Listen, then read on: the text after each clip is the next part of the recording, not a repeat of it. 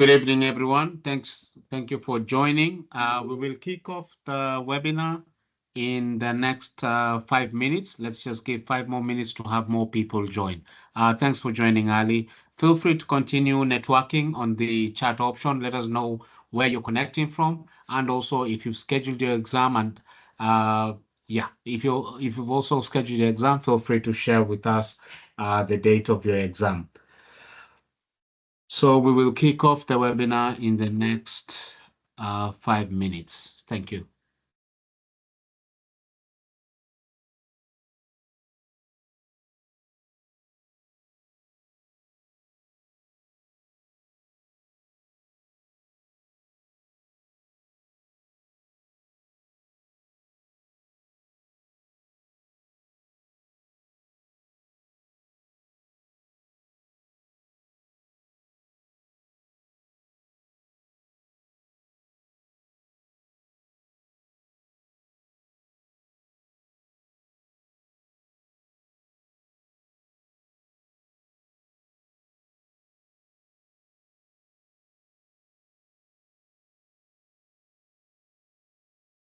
Hello, Moses. I see you're on the chat. Are you able to, let me just give you access to be able to unmute yourself and also.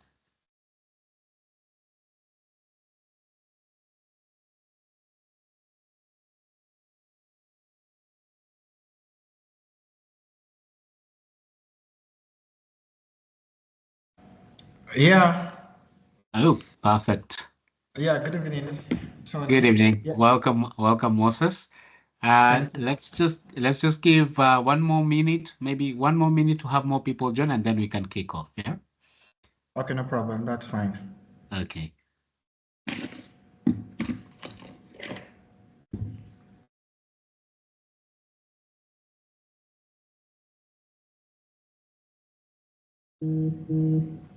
Moses, you can test your presentation if you're able to present from your side.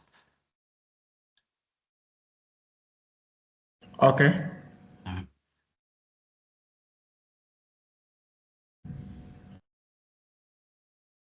Okay, I think I could because the share button is highlighting. Okay, perfect. Okay then. Okay. Just 1 more minute and then we can kick off. No problem.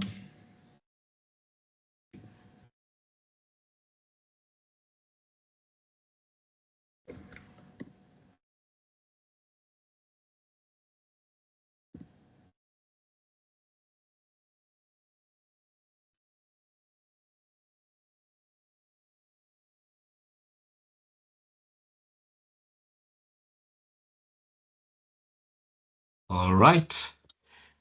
Good evening once again, everyone, and thank you for joining us for this 7th session for the PMP campaign by the Sub-Saharan Africa region. Today we have the pleasure to connect with one of our ATPs from Nigeria. The ATP is known as Institutional Capacity Strengthening Unit. This is an ATP led by Mr. Moses Abang. Mr. Moses will be taking us through managing conflicts, leading a team, and supporting team performance tonight. So without further ado, I'm going to pass it over to Mr. Moses Abang to lead us in today's session. Welcome, everyone, and enjoy this session of today. Over to you, Moses. All right, thank you so much, Mr. Tony. Good evening, everybody.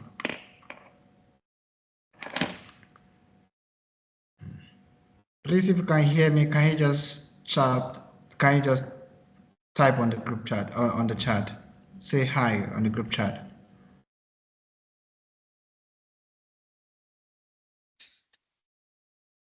All right.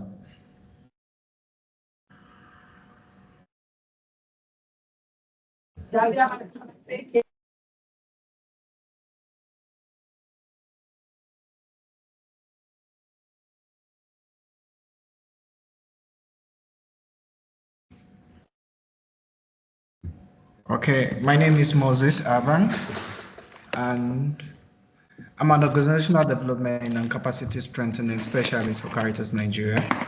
It's my great honor to be sharing my thoughts with you guys on managing conflict and also motivating team. So thank you, Mr. Tony. Thank you, everybody, for having me. So just give me a few seconds. I'm trying to project my slide so that we could all see from your own end.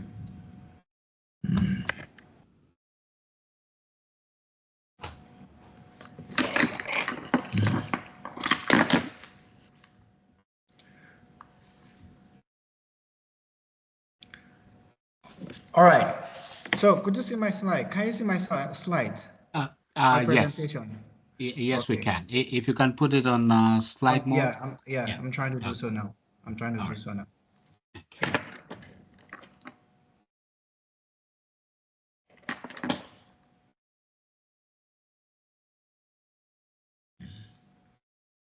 All right.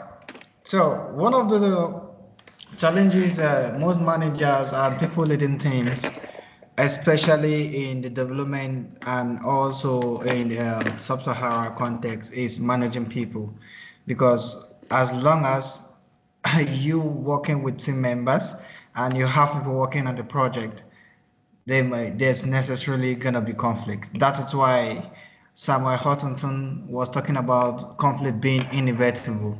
So in the project setting and organizational setting, you definitely gonna face challenges, maybe have conflict within team members. And one of the responsibility as a scrum master is to remove impediment in project, and also those impediment also require you managing conflict and also trying to get your team member back to speed and get the required result.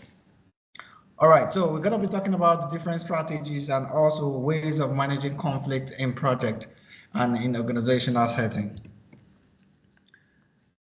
So if we may ask, and somebody said, what is conflict management? I normally begin my trainings by understanding the concept, because this was proven by Antoine de Monconte.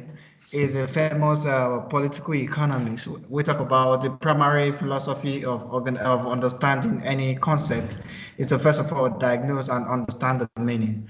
To this end, we will be talking about conflict. What conflict is. Conflict is a natural and inevitable part of project management, arising when team members have different interests, values, or perspective. Yeah, so we find out that we're working with an array of stakeholders and also team members working together from different backgrounds and also coming from different geographical area. So it is natural. All right. So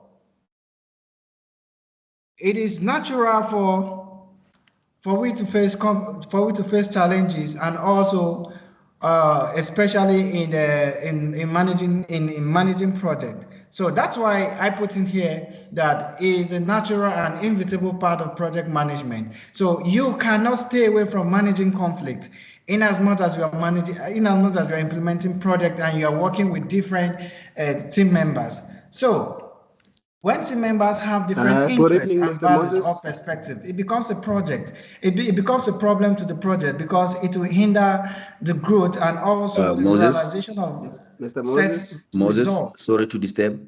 Sorry to disturb. Can you please go into presentation mode? Okay. Thank you, sir. Oh, I thought it's on presentation. No, sir. No, we're actually still in the first slide.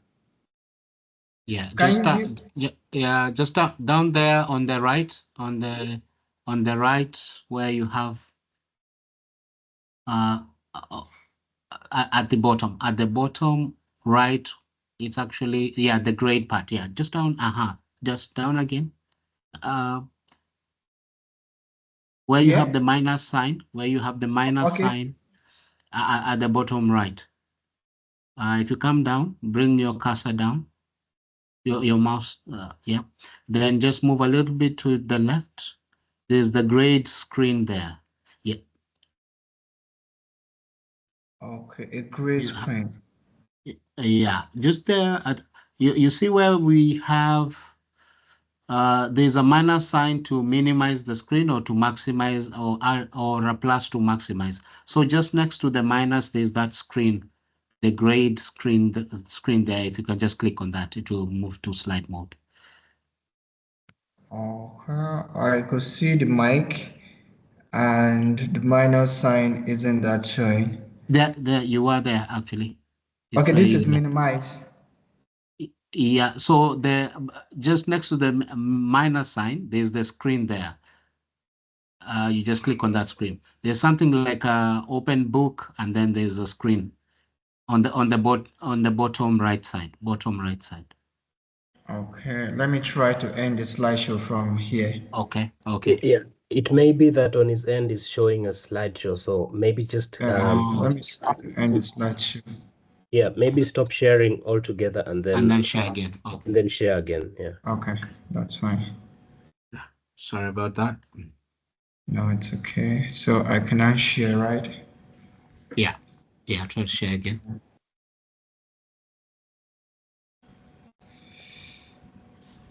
So sorry about that, just a moment. Okay.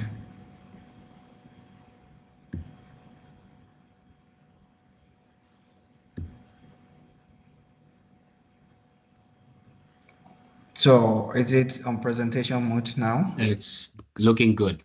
Okay. Yeah. Okay.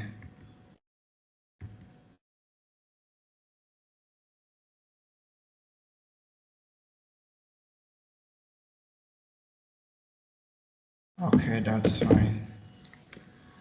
So I have to go back to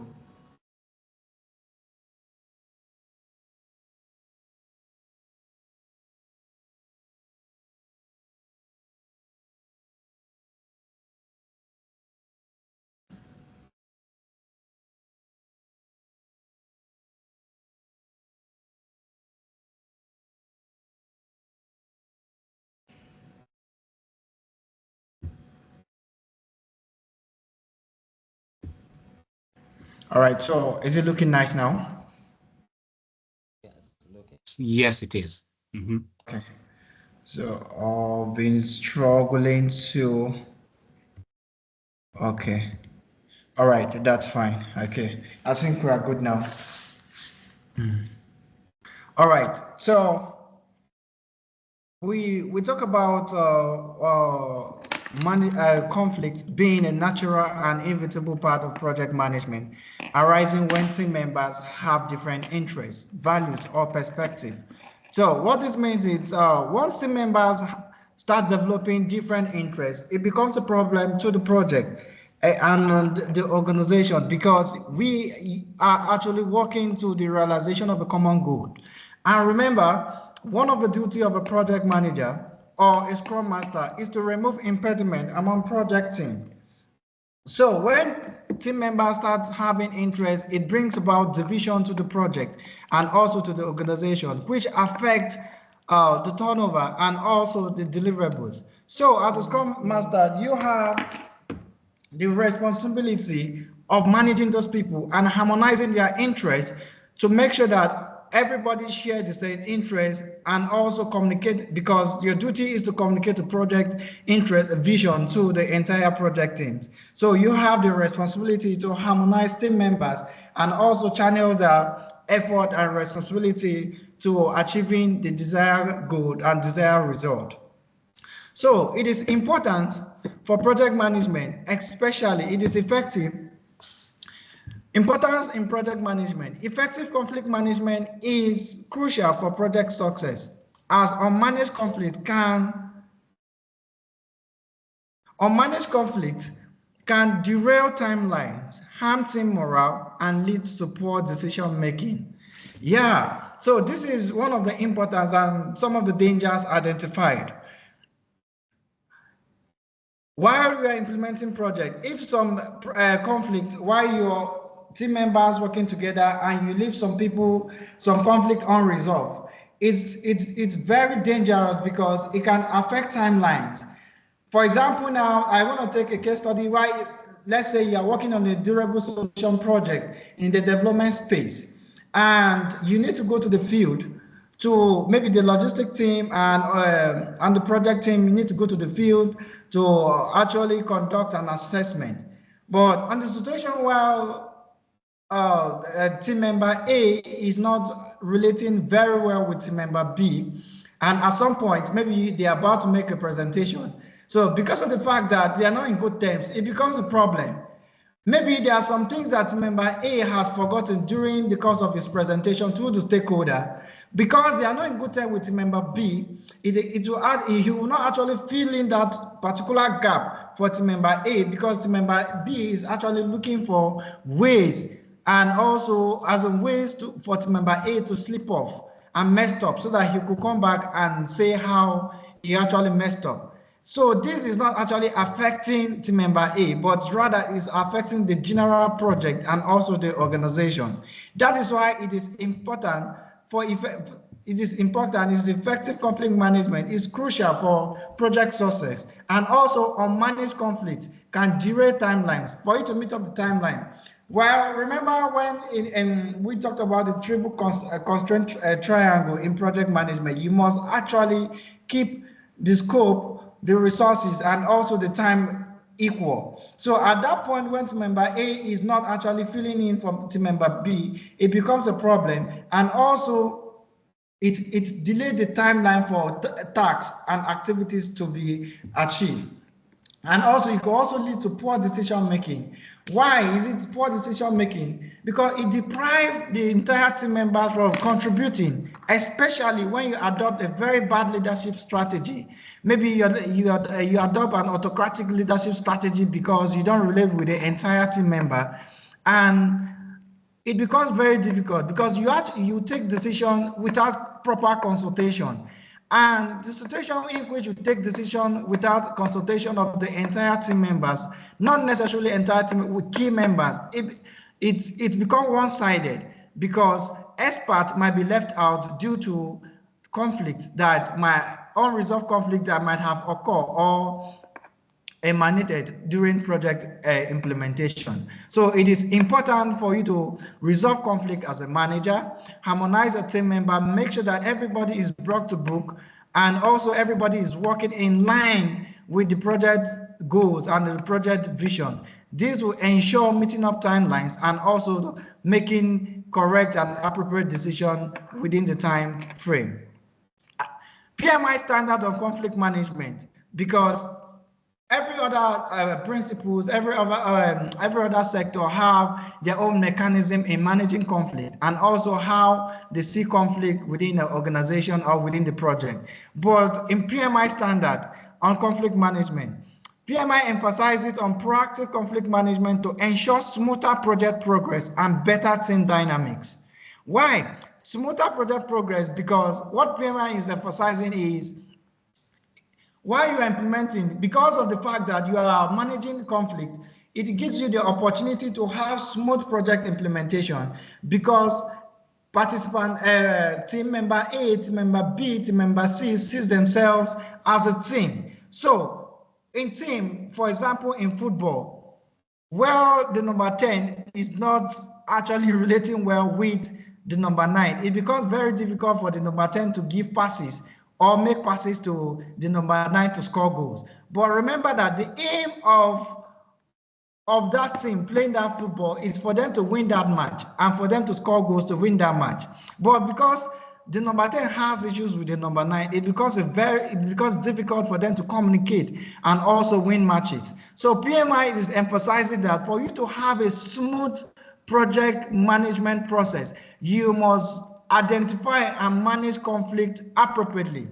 And also, what do you mean by proactive? Proactive means you don't delay in managing conflict, and you don't delay in identifying issues. This becomes a very difficult case when you delay in managing problems and also in managing conflict or in identifying conflict. So conflict management, to ensure smoother project progress and better team dynamics. Better team dynamics, we might be working with an array of team members, especially in the project setting. While you're implementing the project, you have the finance team to work with, you have the procurement team to work with, you have the logistics team to work with, you remember that you might be working with a functional or a matrix team, a project organization. So you have to manage an array of teams with, let's say, with different team lead and different background.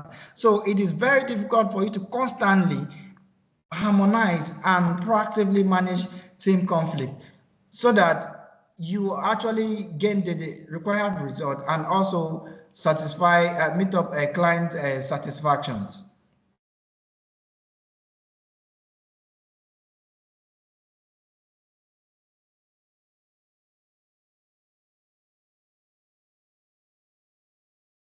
All right, common success.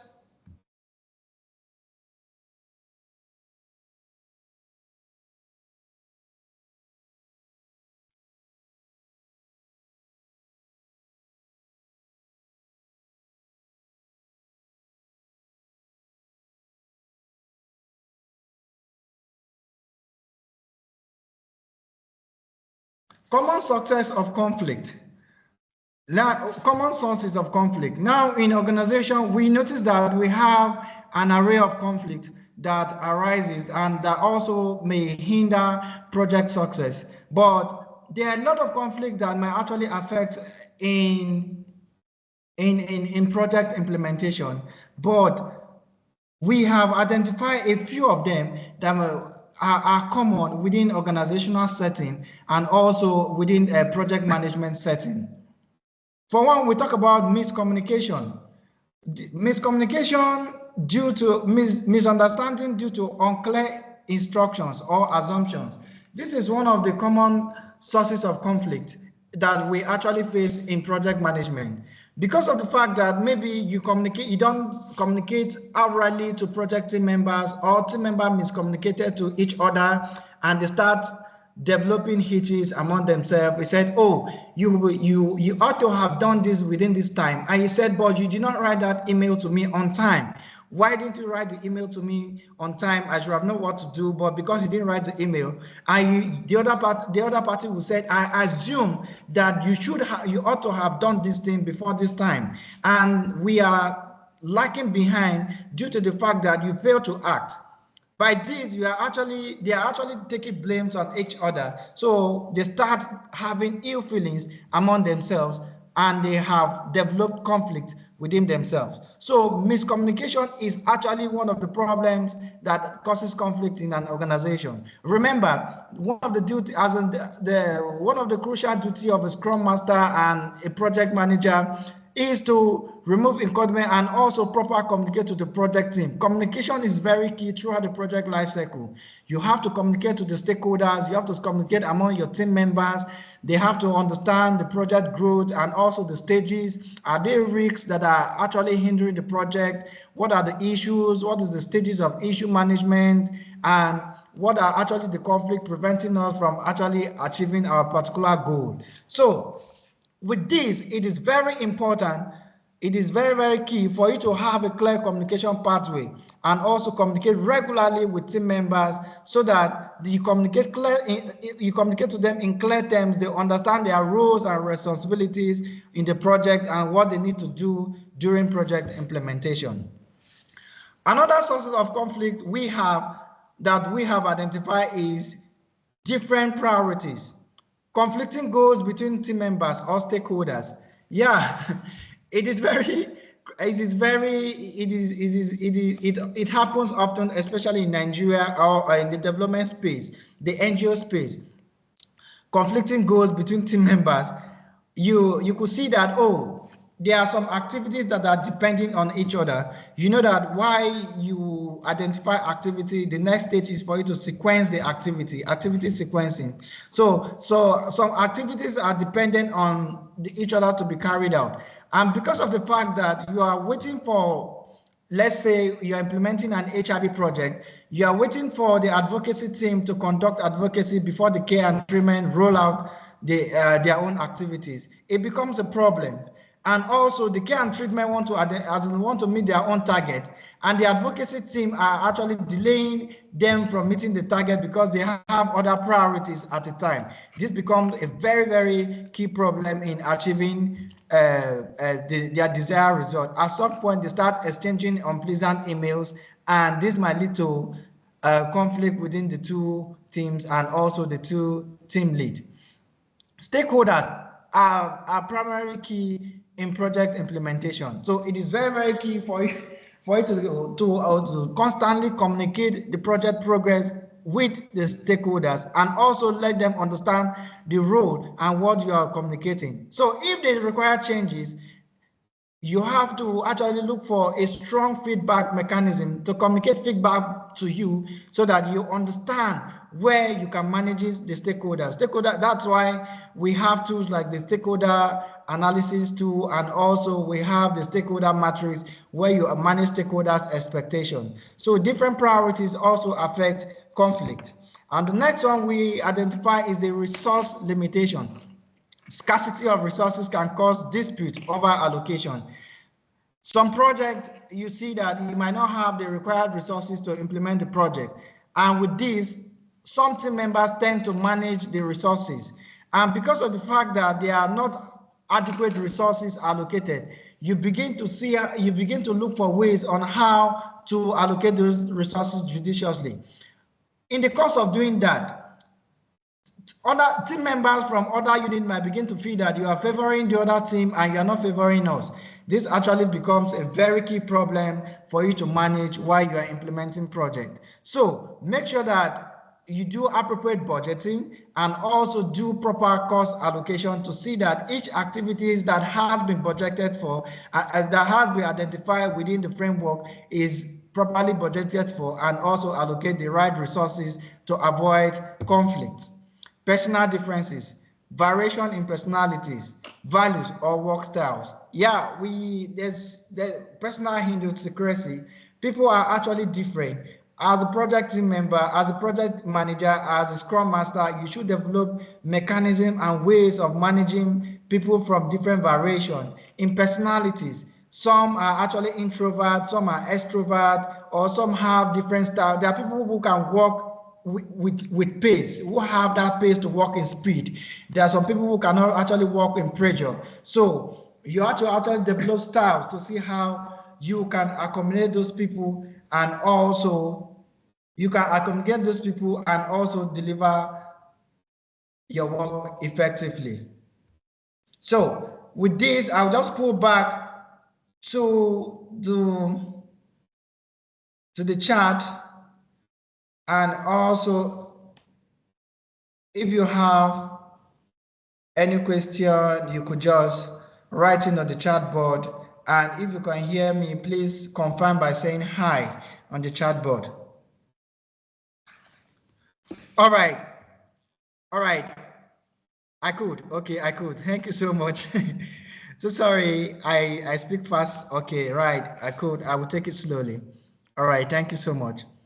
Okay. All right. Thank you for your feedback. I do appreciate. So I will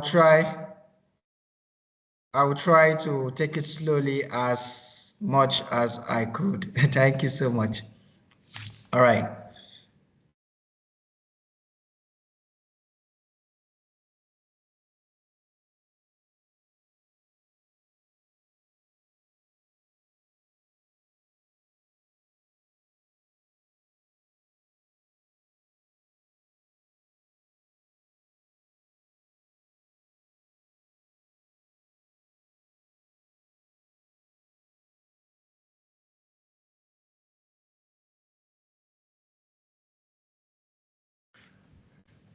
All right. So we'll proceed to conflict stages and progress. Conflict stages and progress. So we know that conflict don't just arise and get to the heat of it. So it progresses within stages. It's just like, for example, let's use the human growth for a case study. You see that when a child is being given birth, we have the child from neonate, that is infancy, it gets to adolescent, the child growth from, during infancy, at some point, the child will struggle to blab, From blabbing, the child will crawl. From crawling, the child have to sit down. You start walking, get to adolescence. From adolescence, you get to maturity. So conflict doesn't just come out and becomes a major issue. It arises progressively. It arises in stages. So the first stage now we have is the latent conflict. The latent conflict is hidden conflict, not yet visible or acknowledged. You see that at some point you may be working in a team and team members have actually started developing issues among themselves. And with that, they have not really said a word to each other. It's still covered, it's still there in within themselves. So at this point, they might not really show it out. So it might be difficult for project managers to identify this conflict at this point. So they are still keeping it grudges within themselves. Maybe I'm not liking your style, you're not liking my style. In fact, the way Sorry, please, we can't see the presentation. Oh, you can. Okay.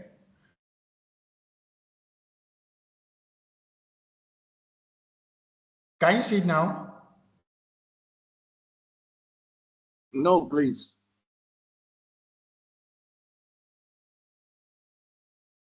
Can we see now? I think you need to share. All right. Can you see my slide? No, Moses, we're not able to see your slides. Not yet. Yeah. Okay. Try to share again. Okay. Maybe I'll just stop sharing and yeah, share because it's on presentation mode over here. Okay.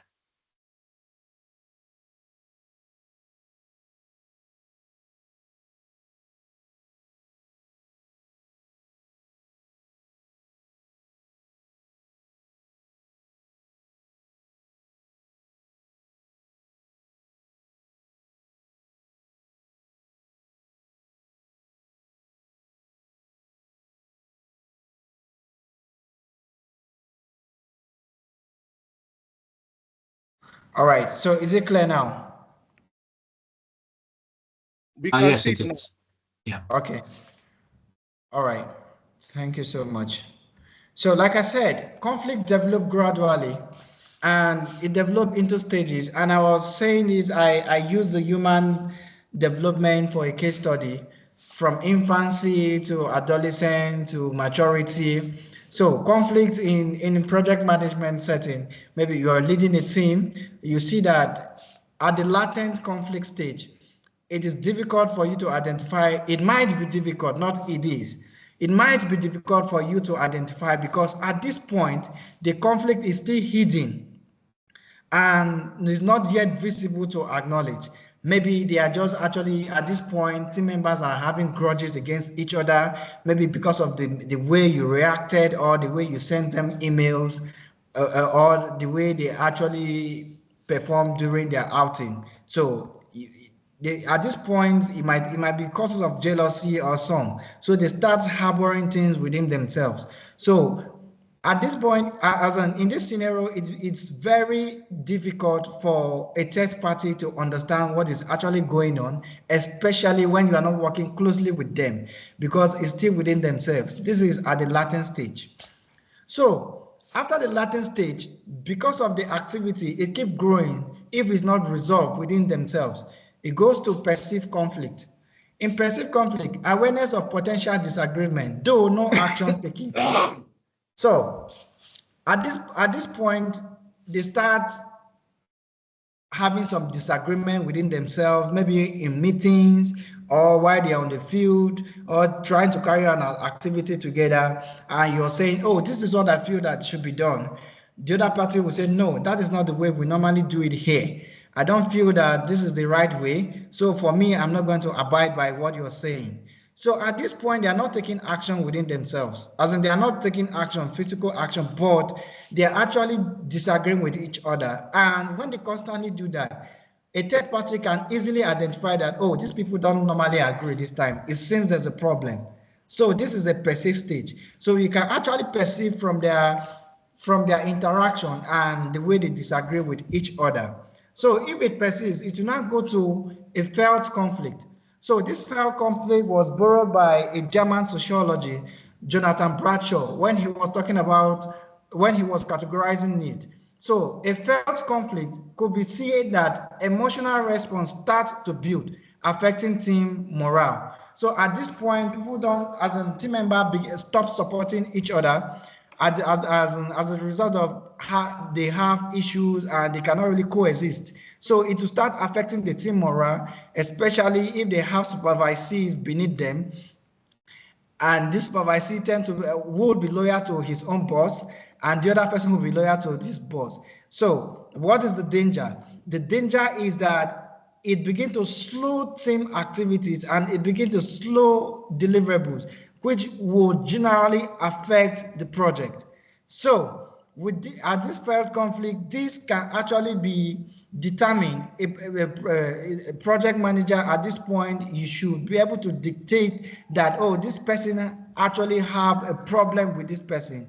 And there's a problem because from your deliverables, it starts slowing. Maybe you are reviewing team, you are going through team retrospect, you are reviewing team performances, and you see that it's not longer the way it used to be. And you begin to, at this point, you need to start looking for solutions and say, what is the problem? How am I going to fix this? Because you need to fix this to start to get that morale back and get the required result that you desired. So after the failed conflict, it gets to manifest conflict, open confrontation, or active dispute among team members. So if it escalates from failed and you did not deal with it at that point, definitely it will go to the point in which the team members will start having physical confrontation within themselves and start having dispute publicly, because at this point they don't longer hold it. They cannot hold it anymore because it has passed from latent to perceived to felt, and now it is manifesting. They are trying to tell you, they start having open confrontation, where they start having scenario like, who are you? Did you know who I am?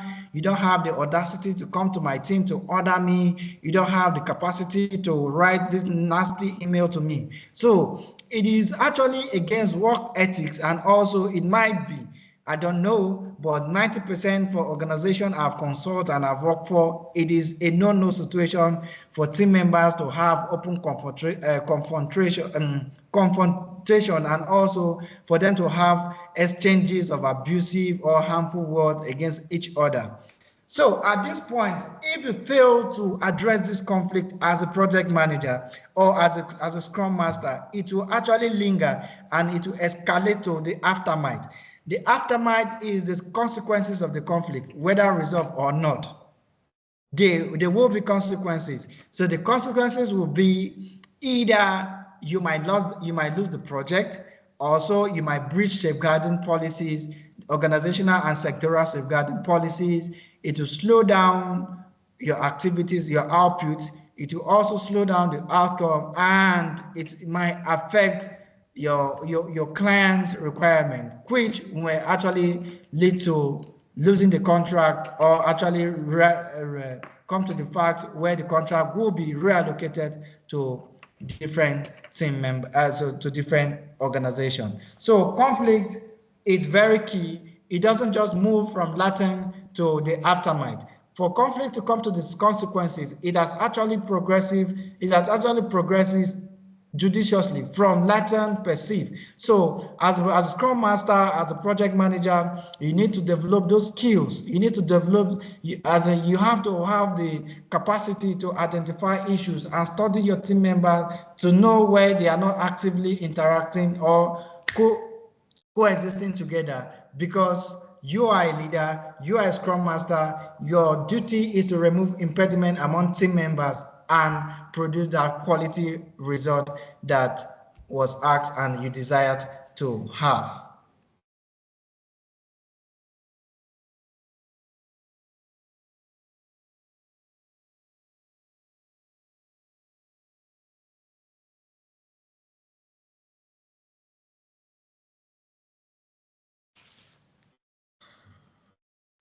All right, so we'll proceed to interpreting the sources. to interpreting the source and stages of conflict.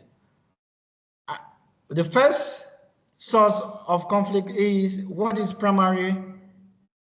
primary source of conflict? So I normally ask my participant to respond on the chat. So you can just go down there and write on what is, just answer, give us, I want to see your opinion on the primary source of conflict. So I want to see your opinion. Both of you are team leaders, you're great project manager, managing different as in complex teams, an array of stakeholders. So you know the primary source of conflict that you might have faced. So I just really want to learn from you. So you can just go to the group chat, as in to the chat and drop. So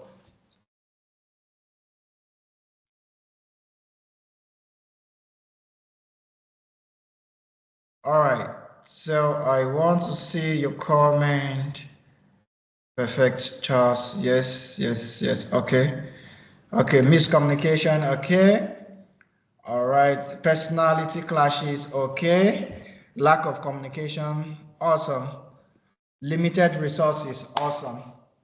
Okay. All right. Thank you so much for your contribution. Yes, all these things, personality issues. Yeah. Personal idiosyncrasy, yeah, we talked about that. Okay. All right, thank you, great minds. I'm actually learning new stuff from you guys. This is awesome. Thank you so much for your input. Okay. All right, so we have learned the different primary sources of conflict. Okay, which stage is the conflict in? Is it early or advanced? So you have to. So let's talk about active listening. Active listening helps understand the consent of all parties without assumptions. So we are talking about interpreting the source and stages of conflict. So Hi, Moses. Yeah. Your slides are off again. Oh, you can't view my slides? No. Okay. So I have to go back and reshare. Okay.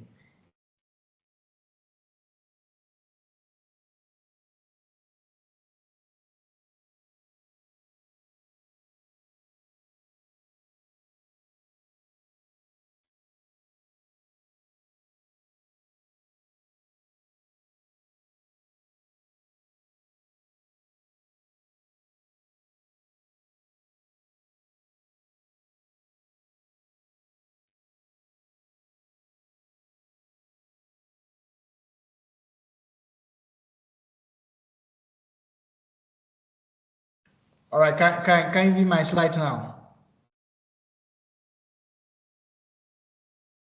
Yes. Okay, thank you. Not in presentation mode. It's not in presentation mode? I just did that now. No, it is. It is in presentation mode. It is presentation. I can see it. Okay, good now. All right, thank you so much. All right, so we talk about, we've talked about the primary sources of conflict. Which stage is the conflict in? So you have to identify early stage or advanced stage. So the early stage is the latent stage where the conflict is still hidden. The advanced stage could start from where it is being manifested and back to the aftermath. That is the advanced. So at some point, as a project manager, as a scrum master, you should pay attention to all of these stages. Who are the key stakeholders involved or affected by the conflict? So you should identify the people that are affected by the conflict, either within your team members and also your client. So remember that stakeholders are categorized to be users, influencers, and so on. So you should always identify the people who are involved or affected by those conflicts. But if you know the people who involved, it is difficult. It is easier for you to call them, bring them to the table, or identify any strategies resolving those conflicts. And also you should identify, oh, this conflict that is going on, who are the people affected by the conflict? Could it be the junior staff, or could it be the people we are working with? Could it be our clients? So you look for a way to identify those issues and look for a way to resolve them as soon as possible to bring them back on speed. Techniques for interpretation. Also look for ways to interpret so that you don't actually bridge the gap. Because as a leader, you stand a chance of not, as in you should act of not affecting the other party, or so that you not appear that you are also supporting the other party. So one of those strategies that we have identified in techniques for interpretation is active listening. It helps you understand the concerns of all parties without assumptions. So once there's a problem, there's conflict among team members, you don't need to take side immediately. So it is advisable that you listen to both parties. You have to be a good listener as a leader, as a project manager. You have to listen to the both parties and carefully understand what actually transpired within the both parties. You don't assume. That's why it said that it helps understand the concerns of all parties without assumptions. It is by active listening that you now deduce from the both parties what have actually occurred. So you have to listen to party A and party B keenly. With this, you know who, what, and how to resolve the particular conflict. Then the second, after listening, you have to clarifying questions, asking open-ended questions to ensure understanding of each perspective. Yeah, you have to do a follow-up after listening, ask open-ended questions so that you could actually trace back the root cause of the problem and the conflict so that you understand what is actually the problem. With this, you could actually have a way. For example, let's say you're identifying the root cause of the problem and you are using a problem tree. When you are using a problem tree, you keep asking questions, you keep tracing, and when you are collecting data, the fact that it is open-ended, it makes you gather more information because you have the opportunity to be speaking with the parties affected with the conflict one-on-one. So you should ask open-ended questions so that you get to the root cause of the problem. It is when you get to the root cause, you will be able to solve the problem once and for all. So, example, if two team members disagree on project priority, ask questions to understand their individual objectives. So you don't just say that, why did you disobey or why didn't you agree on this? You have to listen to both parties and also ask questions and say, okay, what is the problem? And you try to understand from their own perspective. So with this, you can deduce and also bring them to the table and harmonize and bring and resolve the problem once and for all. So remember, techniques for interpretation is one, active listening. Listen to the both parties involved. Clarify questions. Ask open-ended questions as more as you can to get to the root cause of the problem and address them. Then when you ask the question, you as a leader, you'll be able to deduce, you'll be able to know where the problem is coming from. With this, you have an idea on how to resolve the conflict.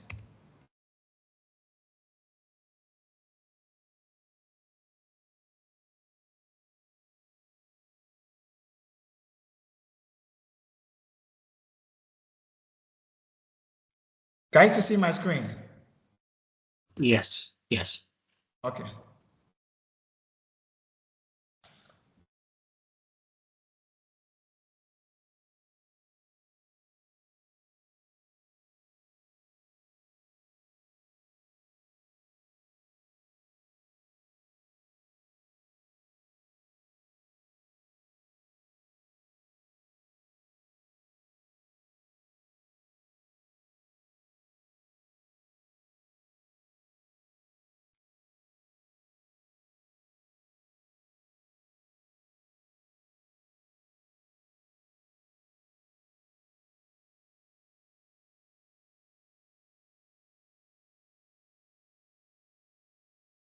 All right, thank you so much. So, analyzing the context of conflict. Now, as team leaders, you have the responsibility to analyze the context of the conflict, because it might be, as a project manager, you are leading an array of teams. So project team members, your duty, all the project you implement is to contribute to the strategic objectives of the organization. So you should first of all analyze the context of conflict as they arise during project implementation. So in analyzing the context of conflict, first we'll begin with organizational culture. You ask yourself, are there norms or values that contribute to the conflict? So you ask yourself, are there norms that are conflicting to this conflict that is actually arising? It could be that some team members will tell you, it's in our policy or it's not in our policy. So with that, you have to first of all sit down, analyze the context, and ask yourself this question: is this in norms with our values that is contributing to the conflict? If that means, for we to actually address this problem, we have to review our policies. We have to speak with the board or speak with the with the executive management, sit down, review organizational policies to see that we address all this conflict. Or if it is a vice versa, you say, oh, this is against our culture, it is against our organizational policy, and with this we cannot really tolerate that. Let's say issue of safeguarding or protection you are implementing, and you say, oh fine, rape is a no-no for us. Or you say that, oh, because of the fact that some organization pay leave allowances, and you come to an organization where they don't pay leave allowance, project team members working on this, you say, oh fine, it's not within our leave allowance, or the donor you are working for did not cater for leave allowance, but is in organizational policy. And you see team members start protesting. They say, oh, we used to take leave allowance while we're implementing the durable solution project. Well, how comes that now we are providing shelter, or we're implementing the HIV project, we no longer have leave allowance? So this could be as a result of donor constraint while implementing the project. So you now ask yourself, could it be as a result of organizational culture? Yes, because it is clearly written in organizational policy that we do pay leave allowance. But in this scenario, there's a constraint from the donor not catering for not catering for leave allowance, and this has become a problem. So it is now a problem. Then another one is project complexity. Complex projects with multiple stakeholders are more prone to conflict. Yes, you're implementing a project where you have an array of stakeholders. There's bound to be conflict, especially when you are having issues with communication. Now you have to talk with, let's say you are implementing a livelihood project when you are distributing NFIs, not food items, maybe with people affected with flood. You see that at that point you are relating with the community leaders, you are relating with government agencies, you are relating with vendors providing the materials that you'll be distributing. So it becomes a problem. You have to communicate. Government will tell you that, oh, these are the you must comply with government regulatory policies. You must not bridge that gap within government regulatory policies. It becomes a very big problem. So you begin to ask yourself, oh, are we in line with what we are talking about? So when you are implementing a project that has an array of stakeholders, there are bound to be complexity, and project with multiple stakeholders, for you to meet up their demands. You see some stakeholders keep bringing issues, their needs, client that, oh, we wanted to update this, we wanted to update this, and the other client is, the other stakeholder are saying, oh, you are bridging your gap, so this is not in line with what we do here in our country or in our state. It actually becomes a very problem. You have to deal with government, you have to deal with the youth, you have to deal with religious leaders, you have to deal with community leaders. So there is bound to be conflict within this particular scenario because you are dealing with an array of stakeholders. Another one is stakeholder dynamics. Conflicting interests of stakeholders can affect the team cohesion. Yes, one of the things we do advise project manager, as a project manager, you have to use a robust stakeholders analysis tool to identify stakeholder interest, their strength, opportunity. With this, you'll be able to identify, you will be able to respond to their need. Now, because of the stakeholder dynamics, conflicting interests, these stakeholders want this, these other people want this. It becomes very difficult for you to actually address those issues because the funding available or what your organization had in mind to do might not be adequate for what the stakeholders are demanding. And because they are demanding in parallel, they are not going together. These stakeholders is demanding for this other one. This other stakeholders is demanding for, let's say the government is demanding for stipends, while the community is demanding for the creation of shelter. The other stakeholders are demanding for food items for them to survive. People affected with flood. You see that you are dealing with stakeholders that have different array of interests. So it becomes a very big problem for your team implementing that project, and also the vendors and the team members implementing.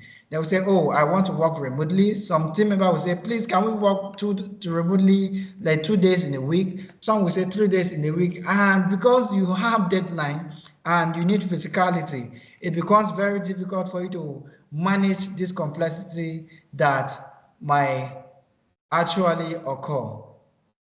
So I would love you to go to this.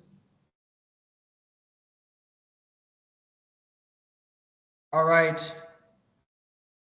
I want to see if you still see my slide. No, we are not able to see a slide. Okay. Yeah, so I just stopped sharing now. So let me see your take if you have any, yeah. Let me see your take and your understanding, your contribution in managing, in analyzing conflict within your own terrain and the organization in which you work with. So you could share that on the group chat briefly. I'm on the group chat, I'm reading your comment. So, yeah, we want to, yeah, your take on analyzing the context of conflict. So just drop your, yeah, I want to see that on the group chat. Analyzing the context of conflict.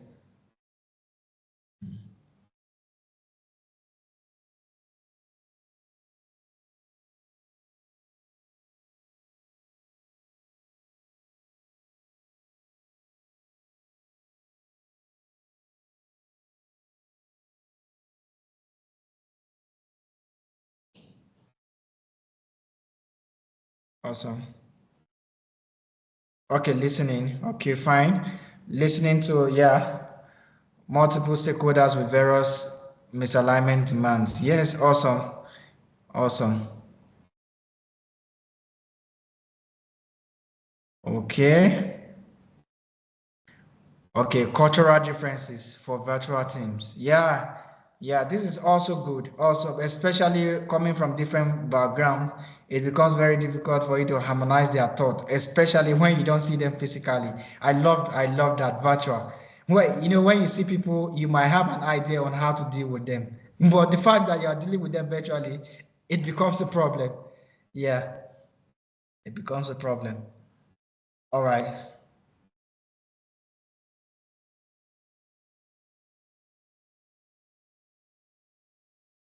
Okay. All right. So let's proceed.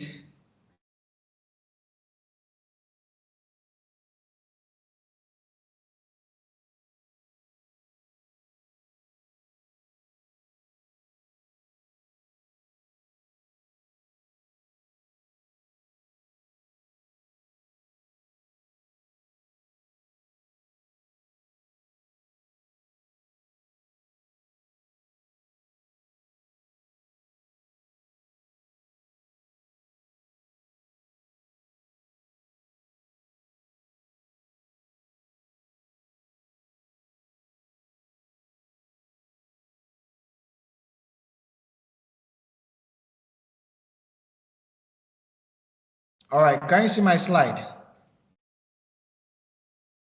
Yes. Yes, we can see, but All right. kindly put on presentation mode. Thanks. All right. All right, so some of the tools we use to analyze conflict. The first tool, we have a lot of an array of tools that we use in analyzing conflict, but I'll just be working with two here.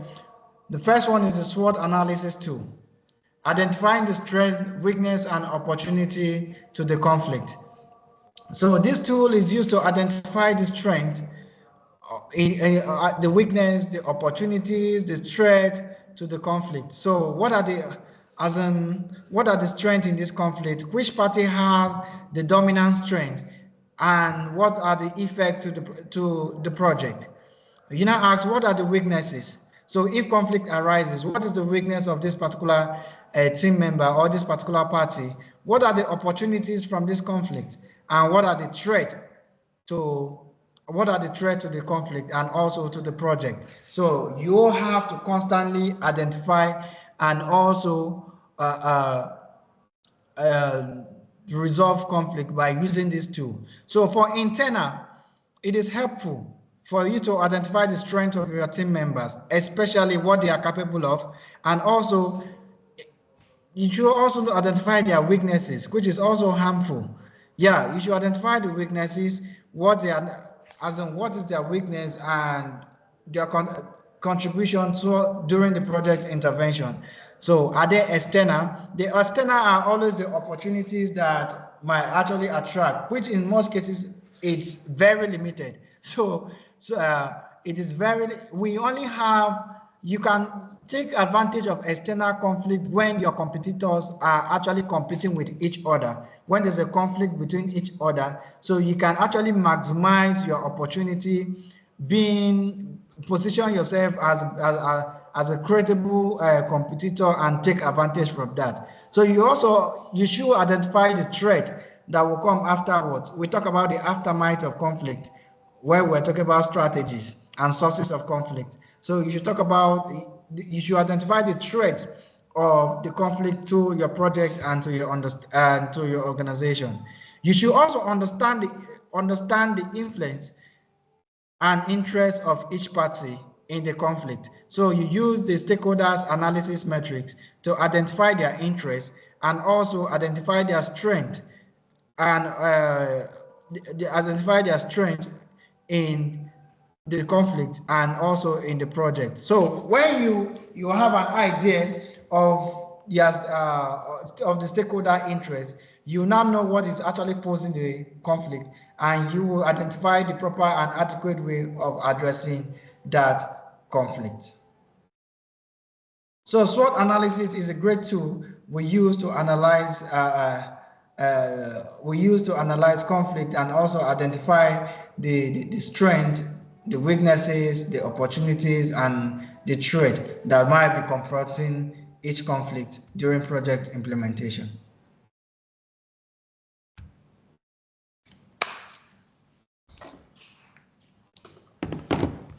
Evaluating conflict resolution. Evaluating conflict resolution solution, it is very, very important, and it is very key for you to evaluate the conflict resolution solutions, because you don't just sit down and we have identified series of conflict in our project and in our organization as we started early. So now it is very key for we to evaluate and also identify solutions, conflict resolution solutions, to address the identified conflict that we have in our project and in our organization. PMI recommended solution strategies. So we might have our own solutions that we use in resolving conflict, but in this context, PMI have identified credible and quality strategies which we use in resolving conflict among team members in project and in organizational settings. The first one, we have collaborating. Working together to find a win-win solution. Yeah, they actually choose this to be first because at this point, no one is at fault. So the both parties, you get the both parties to work together to find a win-win situation. No one will actually lose. You are not at liberty to tell this person, oh, you have done badly, so you had fault, please apologize to this person. And at some point, that is, you are intimidating, you're forcing the person to admit. So as a good project leader, you are not supposed to, that is what collaborating is suggesting. Collaborating is suggesting that you are not supposed to dictate and tell this person that, oh, you are at fault, please apologize, or you are not supposed to do this the next time in the presence of this person. So in collaborating is a strategy in which you work with the aggrieved parties to find a common ground where each party will have a satisfied judgment or a satisfied verdict. That is a win-win solution. So this was actually propounded by Samuel Huntington. So when he talked about and also affirmed with affirm in the non-zero sum game theory. At this point, nobody will lose, everybody win. It is a win-win situation. Everybody is happy, because when everybody is happy, they tend to bring back that morale to give in their best to produce high and quality satisfaction to get the desired project result and organizational requirement. So the next one after collaborating is the compromising. Each party in this scenario, each party gives up something to reach a mutually acceptable solution. Yes, you have to compromise. That is what this resolution strategy is talking about. Yes, at this point, we are not saying that you are at fault or you are not at fault, but you have to give in something. You have to shift ground, and the other party will also shift ground for we to come to a common consensus. So each person may actually leave one or two thoughts behind, and the other person will leave one or two thoughts behind. Then we'll now come to a common agreement within each other. So we are bound to shift ground. You are not supposed to stand there, oh, I'm right, I'm not giving in on this, I'm not giving in on this solution. No, at this point, you get the team members or the aggrieved parties to give in something to reach a mutual understanding. At this point, everybody goes home happily. Yes, although I have given up something, but the other person also gave up something. But the interest is for the organization and the project team. We want to win. We want to win, and we want to satisfy our clients, and we want to bring out the best result. We want to keep being the best at the top. So at this point, we are not talking about our personal differences. We are not talking about our personal ego. You try to get a great party to come to a consensus together. So after compromising, another strategy we have here is accommodating. In accommodating, one party yield to the other's demand.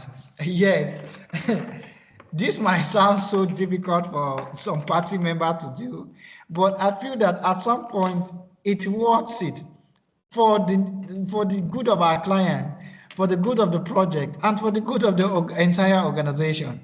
So you might not be at fault, but for the sake of getting quality results and also delivering and responding to our clients' demands, we have to yield to the other party demand. Yes, by this, we are not saying that you are at fault. No, you are not. Or we are not saying that the other party is right. But you are just playing a big brother role in this scenario so that we can achieve the bigger picture. One person have to do it.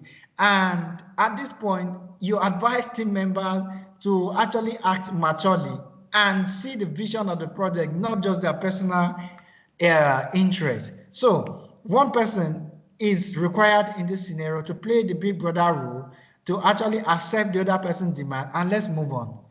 There are some people that have this personal ego that it's difficult for them to agree to the other person, and one person must give in for we to forge ahead. At this point, one person have to play that role. It does not mean that the person that is agreeing to shift ground is at fault. No, that is not what this resolution strategy is talking about. This resolution strategy is emphasizing that for the sake of our clients, project, and organizational interests, one person have to give in for we to forge ahead and for we to satisfy our clients and get maximum project satisfaction. All right. So the next resolution strategy that you can adopt in resolving conflict is competing. In this scenario, assertive approach used when a quick decision is needed. Assertive means you're communicating in a mild way, but you are also passing your message judiciously to the above parties so that the other party doesn't get aggrieved. But you are also competing to see that you throw in your own decision so that you see that you get that buy-in. But you don't do that authoritatively or aggressively. You are meticulously, you are stylishly communicating your ideas, selling your idea in. So this might be within partners, or you are into a consortium with another organization and there's a meeting.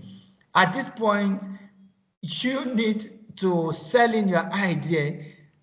You need to sell in your own idea in a mild way, strategically, diplomatically. So at this point, you don't do that by using ego or by using a harsh or authoritative word. So you communicate assertively, pleasantly, to make sure that you sell your idea to come to a quick decision. So at this point, it might be a conflict, might not necessarily be you exchanging words with each other. So you can use a diplomatic mechanism to actually gain compliance. So we proceed to the last one we have here is avoiding. Yeah, remember that one of the strategy, risk response strategy, is avoidance. So you choose to act or do it differently. So in this, in avoidance in the context of conflict resolution is delaying or ignoring the conflict if it is not critical to resolve immediately. Yeah, you might be at the point of implementing a project. You see that at this point, you need to take some certain decision. There are a lot of activities that are happening. So you might not really have that time to bring them to the table to resolve those issues or to actually resolve the conflicts. Yeah. So you might choose to say, okay, fine, let's actually accomplish this task because we are constrained with time. When we are done addressing these issues, you will not come back as a leader to address them. But before you do so, please kindly analyze the impact of delaying that particular conflict. If it will actually escalate, do so immediately. But if it will not, if the impact is not going to be greatly on it, please, you can go on and proceed by doing that different, as in by doing it in maybe after that task has been clarified. So you might choose to delay or ignore. So this in such situation does not, it requires when you resolve a conflict that are not probably not urgent, or the impact is not high on the project. So you might choose to delay it or ignore the conflict if it is not critical to resolve immediately. So these are the strategies that PMI is recommending for Scrum Masters, for you Scrum Masters, project managers to resolve conflict. Like I said earlier when I started, I said that so long as you live with people, conflict is inevitable. There's bound to be conflict among team members. So as a Scrum Master, your duty is to remove impediment among your team members, the Scrum team. So you should be able to apply this, monitor, identify, monitor, and resolve conflict as they come. So if you can hear me on the group chat, kindly identify the best conflict resolution strategy you think that is fit for you or that you have used over time while managing project. So I'll be on the comment section right now.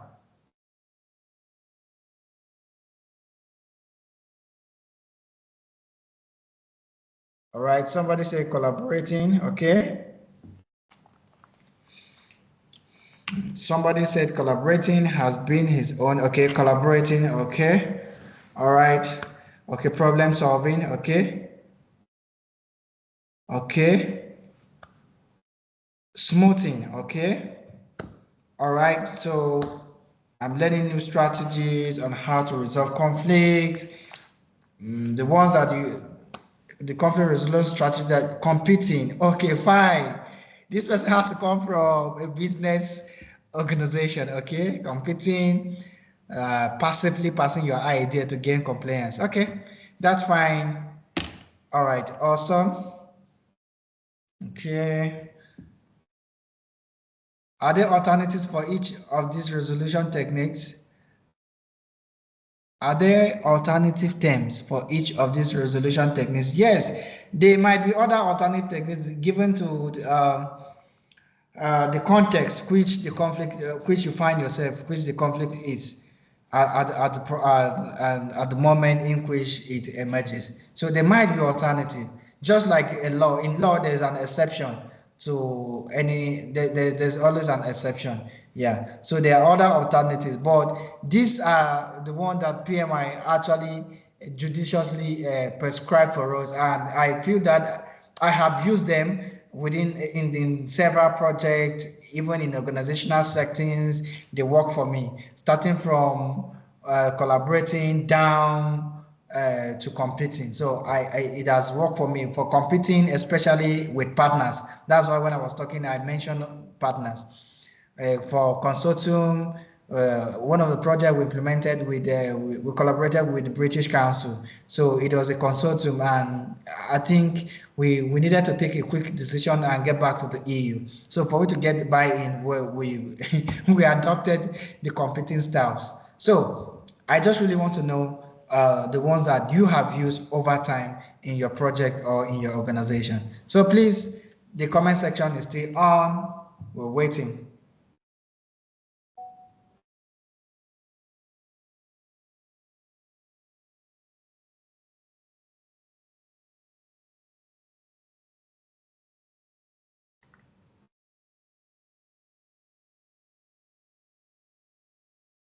All right. So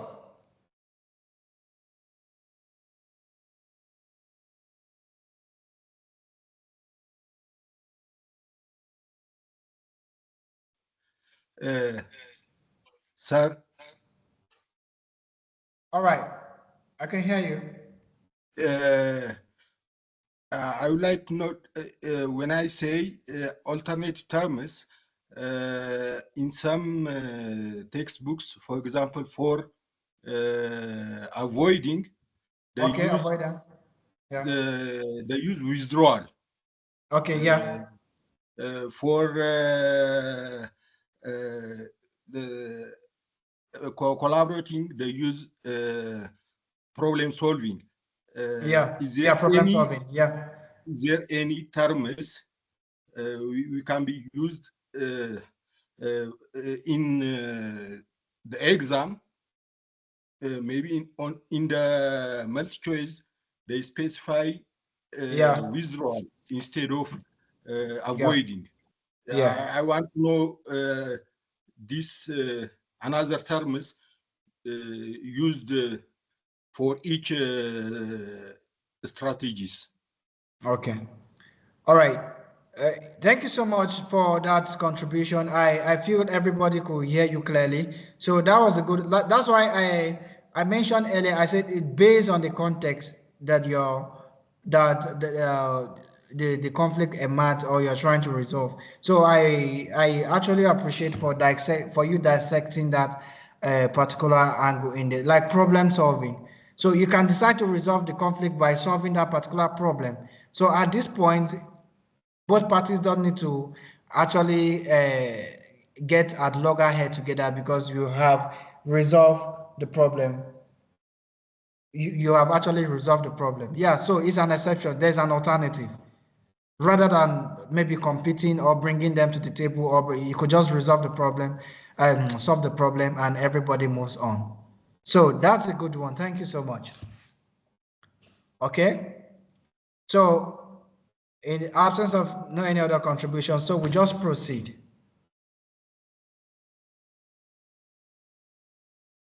You're welcome.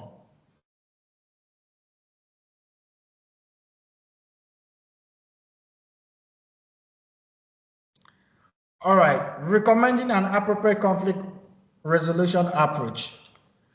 All right.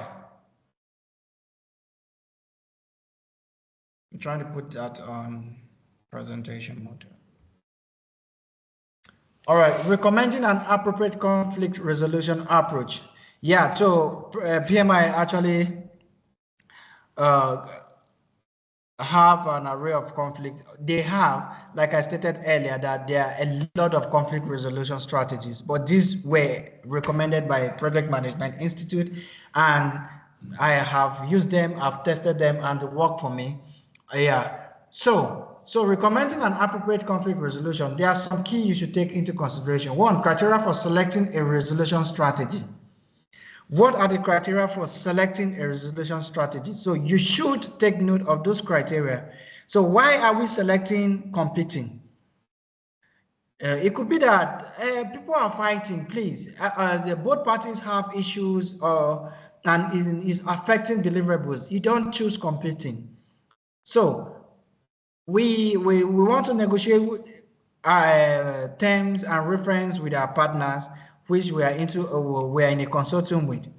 So why do we choose competing? We choose competing because we need to reach out to a quick decision. And by so doing, we also need our interests to be protected.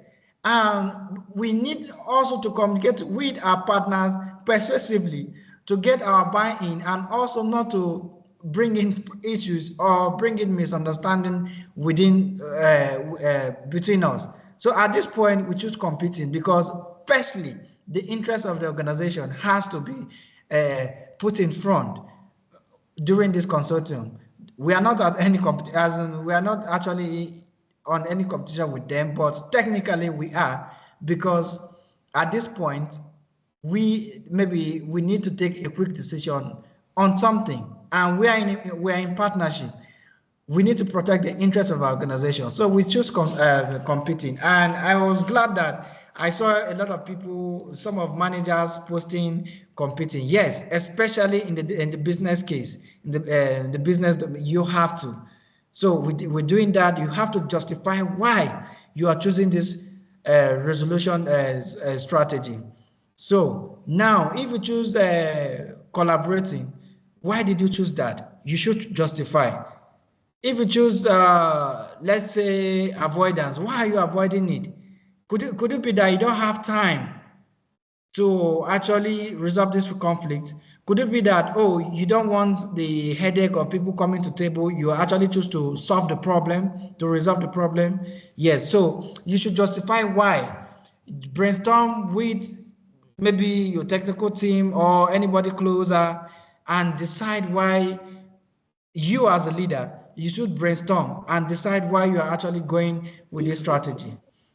So the second one is example of is a case study scenario. In a high stakes project, a dispute arises over a tax ownership. So a dispute arises over a tax ownership. That's a case study scenario. So at this point now, you now decide on what mechanism, what resolution strategy am I going to adopt? You don't just walk up and say, okay, fine, with this, let's go with competing, because competing is one of a strategy in conflict resolution. No, you justify why are we going by this, and why are we choosing this resolution approach or resolution strategy. Resolution, use the collaborating approach to define rules, clearly satisfying both parties and align with project priorities. Yeah, for this case study, we said in a high stakes project, a dispute arises over tax ownership. So the resolution strategy that we chose here is collaborating. Collaborating approach to define rules clearly, satisfying both parties and aligning with project priorities. Yes, you can choose to use a RACI matrix or a RACI chart to identify and clarify rules, who is to do what, and by this time. With this, you will resolve the conflict that is arising between team members harmoniously and judiciously. So one of the tools that we recommend here is the RACI metrics or the RACI chart, where you clearly identify roles, responsibilities of team members and who is to perform which tasks when and how. All right. So we go to implementing and monitoring conflict resolution. It is good for you to say something. Another thing is for you to do it. So in a research conducted in Houghton by Rottenberger, he said that as managers, you might have wonderful ideas, but if you have not implemented them, they are just mere dreams. They cannot come to reality. So one of the steps, you might identify conflict, you might identify ways of resolving them, but if you have not actually put them to actions, the conflict still resolve and it still exists. So we talk about implementing and monitoring conflict resolution. The steps for implementation are, first of all, communicate the solution. Clearly explain the resolution to all involved parties. Please don't activate side talks like you said, okay, I'll talk to you differently. I'll talk to you. Clearly identify and discuss with the parties involved. With this, communication is key. They understand the problem, as in they understand where you're coming from. They understand the strategy in which you are using to resolve this conflict. It will actually eliminate the idea of people thinking that, oh, you are actually having or taking side with this person, or you are silencing me. No, you should clearly explain. It is your duty as a leader to explain to the aggrieved parties the resolution to all involved parties. Oh, this is what we have decided, this is what we have taken, and we are resolving this problem by this. Please, let's forge ahead to do our work well. You are also responsible to facilitate dialogue. Encourage open communication to ensure buy-in and mutual understanding. Please, you don't communicate in the hidden, because by the time you try to do that and the other party incidentally see you communicating hiddenly with the other person, it becomes a problem. You have lost the trust. The person might not longer accept any decision you want to take. You see, oh, fine, I saw you communicating with the other person, so what are you trying to tell me? It seems that I am not in your agenda, or you don't prioritize me. So you should have an open communication table where everybody understands, where everybody see what you're trying to do, and also when we have a mutual understanding within the both parties. Everything should be in the open. That is why they say that encourage open communication to ensure buy-in and mutual understanding. Above all, monitor outcomes. You have to keep monitoring outcomes. You know that monitoring can never be overemphasized in project management. So even in conflict resolution, you have to keep monitoring the outcomes. Track the situation to ensure that the resolution is effective, and to identify any residual issues. So why are you monitoring? You have to keep monitoring to see that, oh, the issue has been, the conflict has been resolved, so that it don't escalate to become an issue. If it does, you stand a good chance to actually identify the issue early enough. Why? Because you keep tab and you keep monitoring the problem. All right. So I want to see you on the comment section. I want to learn also on your own implementing and monitoring conflict. So what are the strategies you use? PMI said we communicate the solution to the aggrieved party, explain to them, facilitate dialogue, yes, encourage open communication to get buy-in, and also monitor the outcome. So let's see your take. I'm on the comment section. Let's see how your strategies which you use in your various organization, in your various project, in implementing conflict resolution. I want to also learn from your own thoughts. Thank you.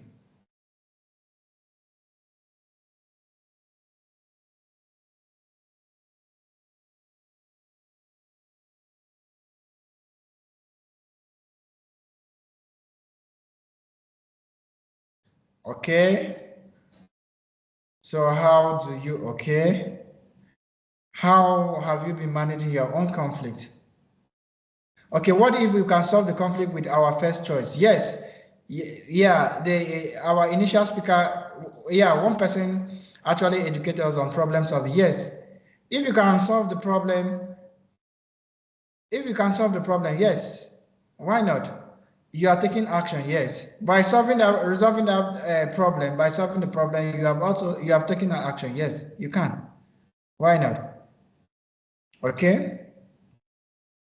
What are your own thoughts? How have you been implementing conflict with each other? So I want to get your own thought.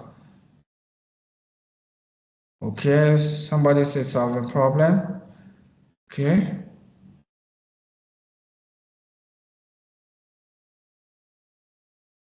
Okay, I had a case where a senior stakeholder refused to work with a project manager in my team and demanded that I reassign her. Because of the seniority, we opted to reassign her. Okay. Yeah, so this is a scenario shared by one of our professional. Yeah, because of it's cool. Maybe it might be as a result of a stakeholder as a facilitation skills. is that? No, may I just sorry, can I just give some context to the comment that I put in the chat? So Okay. I had a conversation with the stakeholder and I heard his side of the story. Then I spoke to the project manager concerned and I advised her of the stakeholders' concerns that had been raised. So in fact, it wasn't just the senior stakeholder who was the sponsor of the project. It was also some of the senior people that worked under him that raised concerns. And the good thing is, I mean, I have a good relationship with the stakeholder. He was very open, very frank. I understood he was not being malicious, right? I had not worked very long with the project manager in question, so I still took her aside just to let her know that these were the concerns. She had a completely different version, completely different story. Okay. But I then had a further complaint from our design lead about how she had, been abusive towards one of the people that was working with her. Okay. And when that happened, I then realized that it was not sustainable for me to try and force her to stay on that particular project. So I spoke to the line manager who was reporting to me that she reported to. And then we then agreed to actually swap with another project manager and put her on a different portfolio. When we did that, we then found that, there were no issues. I mean, the design lead was very open and she said, look, her style is not appropriate for the personalities of the people that she works with. We were designers, they're creatives, they can be a little bit sensitive. So when we moved her to the other portfolio where her more autocratic style was not, taken as, being disrespectful or whatever, she's actually managed to thrive in that portfolio. Okay. All right. So that was the that okay. What was the turnover after the reassignment? No, there was no turnover. We just put her on a different project. We assigned the project she was working on to a different person. There was no turnover. There was no issues. And even though it was still under the same portfolio that the senior stakeholder was leading, at least there was now no direct contact with the more sensitive personalities. Okay. Awesome. Awesome. Okay. So that was as a result of tolerance level. Okay. That's fine. Okay. So any other thought? How?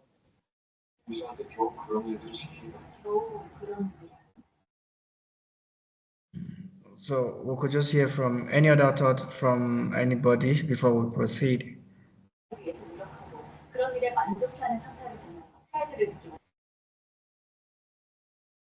Okay.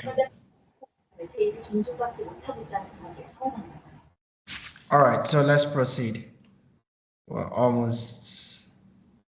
All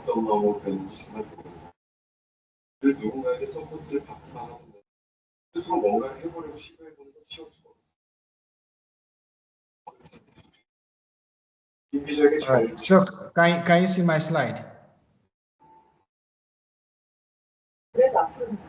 Yes.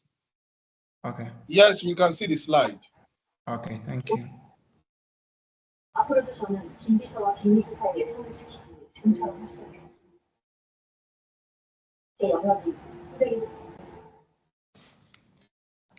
Okay, we'll move to tools and techniques. Tools and techniques in conflict management. So one of the first tool and technique we have here is mediation. Mediation, bringing in a neutral party to facilitate discussion. Yes, at this point, there's a say that in law, we said that there's a say said you cannot be a judge in your own case. And when you're managing a complex team members or there's a conflict between two parties and you feel that the party is not or might not be comfortable with your decision, maybe you are close to the other party or you relate more to the other party, or there's an imbalance that occur within maybe position wise, like one of our specialists spoke here. Or so at this point you see that there is an unequal exchange between the two parties. For a fair ground, it is advisable in mediation for you to bring in a neutral party to facilitate the discussion. A neutral party who is not involved in the conflict or is not aware of the conflict. So the person is coming in with unbiased. So the both parties have trust and confidence in what he or she that is facilitating the mediation process has to say. So at this point, they have trust, and if any decision that comes out from those parties will be valid and will be binded. So it is very key for in mediation for you to bring in neutral party to facilitate discussion. That's why they say you cannot be a judge in your own case. There's a problem and you're facilitating. First of all, when you're trying to bring in peace in between both parties, you have to gain the both parties' trust, and by doing this, you bring in somebody that is neutral, where all of them have that trust and they build that trust in the person, and any decision that comes out from that person will be binding because they feel that he or she is unbiased and is not supporting any party. So one of the one of the tools and techniques in implementing conflict resolution is mediation, bringing the people to the table, facilitated by a neutral body to restore peace. The other tools and techniques we have is negotiation techniques. Using negotiation tactics to find a mutual beneficial outcomes. At this point, you bring in the aggrieved parties to the table, you negotiate, you decide, they communicate to you what they can let go and what they cannot let go. So you try to facilitate and negotiate with them. It's just like you want to buy something. I said, I'm paying this. At the end of the day, you come to a table and agree and you get the goods. So it's the same way you bring in the aggrieved parties, you discuss, you try to tell them, oh, this is that. The other person try to negotiate, the other party try to negotiate. At this, you bring them to a common ground and have a final decision within themselves. The both parties have to be involved on this process, so that you don't impose and the other party don't feel cheated during this process. So the next one we have here is importance of follow-up. You have to do a constant follow-up after this process, because some people will tell you that, oh, I have agreed, and at the end of the day, oh, I do not agree again. So there's a problem. So you have to do a follow-up, conduct regular check-ins within team members to reinforce resolution and avoid reoccurrence. So you have to keep tab within both parties to make sure that what you have been agreeing upon does not change and does not go, no other party, each party does not go back to what they have actually agreed, because the sole aim of managing conflict is to restore peace and produce what high quality result within our organization and within our project team. All right, so is there any question before we proceed? Is there any question? So you can mute, you can type your questions on the comment section. But I actually appreciate the fact that the PMI body is regulating this very uniquely. And Anthony, I must really appreciate the fact that everybody have that opportunity to speak. So you can ask a question. If you have a question, please raise your hands up, you unmute yourself, then you speak. I'll be watching you on the comment section to see, you just raise your hand, question, contribution. I'll just ask a question or any contribution before we forge ahead. All right. Olowo Okpe. Thank you. Please, you can meet. Thank you, Mr. Abang Moses. Thank you so much, sir. Thank you for that wonderful presentation. Sorry, I'll take you to the slide where you talked about analysis tool for conflict. Okay. Yeah, where you talked about SWOT. Okay. I observed that analytical tool, wherein I saw external, internal, that is up where there's strength and weakness, that is that upper section. Yeah. It's internal, then the lower part, I saw external, which is the one for opportunity and then threat.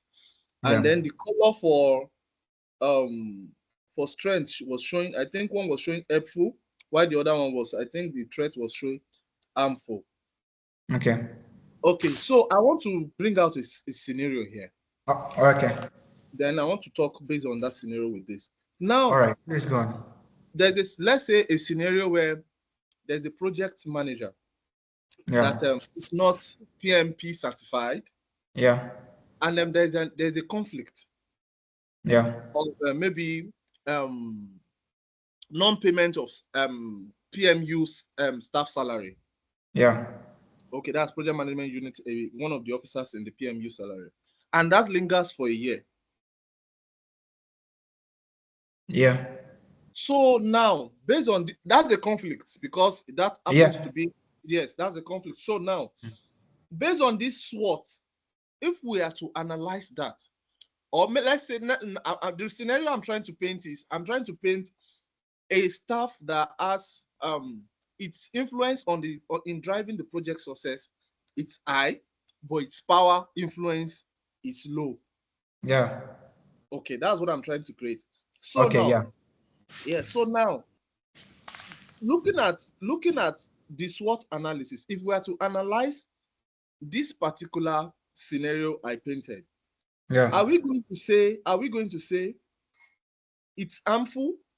That is, we making it to be like a weakness,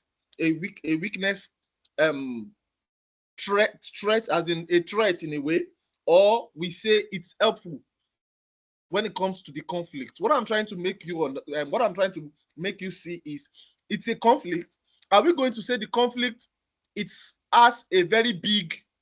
I'm trying to analyze it. So are we going to say it's harmful or it's helpful in the aspect of conflict analysis too? So that's what I'm trying to paint. Okay, all right. I think you are trying to rate the impact of the conflict to the project, isn't it? You get what I'm trying to do. Yeah. So now for me, I would say it's harmful. Yeah, one of the things I advise manager, especially when you're writing exams, one of the scope or the strategy I will always tell you in PMI try to resolve problems. You understand? PMI try to resolve issues, we try to find issues. We don't, as a manager, you don't antagonize, you don't actually say, okay, escalate. We don't escalate easily. So, by the time you escalate means you have given him that power you have as a manager. So you try to look for a way on how to resolve issues. So at this point, the scenario you pointed is harmful. So you look for a way to resolve that conflict by providing the appropriate remuneration for that staff.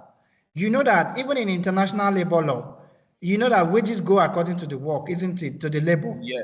Yes. Yeah. So at this point, it's harmful to the organization. The person is giving in his or her own effort to make sure that the organization gets its required result, and you are not being, as in, you're not giving the person the required remuneration. It becomes a problem. It becomes a problem. So as a manager, as a team member, you try. It's harmful. I want to point something you're yet to really pick. Is the external and the internal part. Okay. I want you to also note that part in your. Okay, it's an internal because you can control it. It's an internal. You get what I'm trying to say? That's yes, it's an internal because it's within your system. External is, let's say, maybe a consortium. You are in a consortium with another organization, and you need to take a quick decision, and you want your interest to go first. So that becomes an opportunity for you to project your interest, and you have to do that judiciously so that it doesn't affect your consortium or partnership with others. Thank you. Yeah. Thank you. You're welcome. Thank you. Yeah. So, any other person? You have a question, contribution, anything you want us to learn? We can. Mr. Nelson Makoka, good evening. Good evening, Moses. Yeah, I really want to hear your voice because I've been seeing you on my emails, just on email. Okay, that's all right. All right. Thank you. You're doing a great job. Thank you so much for what you do. All right. So I will quickly share the thank you slide. It's something that we must do. And all right. This is I was assigned different topics by PMI Africa, and I have to talked about we discussed managing conflict. It's my great honor to be among great minds like you people, and I appreciate everything you people do, especially try to make Africa a better place, and also the PMI body. For people who will be writing exams, so I don't mind. I'll be dropping my email address. I prepare people to write PMI exams and other exams from as in PMI. So for PMP, people will be taking PMP. I have a summarized and questions and answers all summarized, that if it questions and answers we could share. They have other materials, although once you register you can get your PMBOK on there. When you're ready for the exams, you can go through the PMBOK. But before you go to the PMBOK, there are other courses that have been summarized and other materials gathered that could be shared. That is for people who will be writing it, who will be taking the PMP exams. Yeah, I could share that freely with you guys. And also, so it helps, and we have been recording 100% success for people who we have prepared so far to take the PMI exams. And we're glad to tell you that we have been partnering with PMI over a time now. It has actually shaped the way the organization works, and also with our partners. My name is Moses Abang, and I'm organizational and capacity strengthening specialist with key interest in project, program, and partnership management. I'm happy to be with you this evening to share my thoughts, and I'm open. Please feel free to reach out. I want to learn from you guys more. If you want to learn from me too, the doors are open. We will continue to learn from each other to make the world a better place. Yeah, currently I work for Caritas Nigeria, and I'm ready and open to take up new challenges if you have and you want to share. I love to share my knowledges. I'd love to share knowledge and also learn from everybody. Thank you, Mr. Anthony, PMI. Your coordination is superb, and your team. I really appreciate, and thank you for giving me this opportunity. I'll be glad to share other technical responsibility you have given to me a subsequent time. This is past 7. This is to 7 in Nigeria, and I'm still at the workplace. So I beg your pardon, everybody. If you could grant me, I want to stop here for today. Thank you so much, and God bless you. Thank you very much, Mr. Moses, and thank you for this insightful session. Really appreciate just dedicating your 2 hours to take us through this session for today for managing conflict. Once again, so today this was our 7th session. Our next session will be on Thursday. Meeting invites, I believe the meeting invites have been sent out by Nelson, and also we'll be sending out reminders. Please don't forget to join us for the next session on Thursday. To Mr. Abang Moses and the Institutional Capacity Strengthening Unit of Nigeria, thanks again for just volunteering to share this session with the team. Also, please look on the chat option. I've shared the past recordings for the other sessions. Also, today's sessions and the Thursday session will ensure by Friday that you have all the recordings. Also, we do have a survey. If you've not taken the survey, we need to get your feedback. We need to know from you or learn from you how we can improve these sessions as we continue having revision sessions as one of our initiatives for the PMI Sub-Saharan Africa team. Also, stay connected with us in terms of around social media platforms, LinkedIn, Facebook, Instagram. I've shared the links. Please follow us for more events and also initiatives that you can collaborate with us. With that, we've come to the end of today's session. Thank you very much to everyone and have a great evening. Bye. Thanks, Anthony. Thank you very much. Thanks, guys. Thanks, everybody. Thank you. All right. Bye. Take care. Thank you, guys.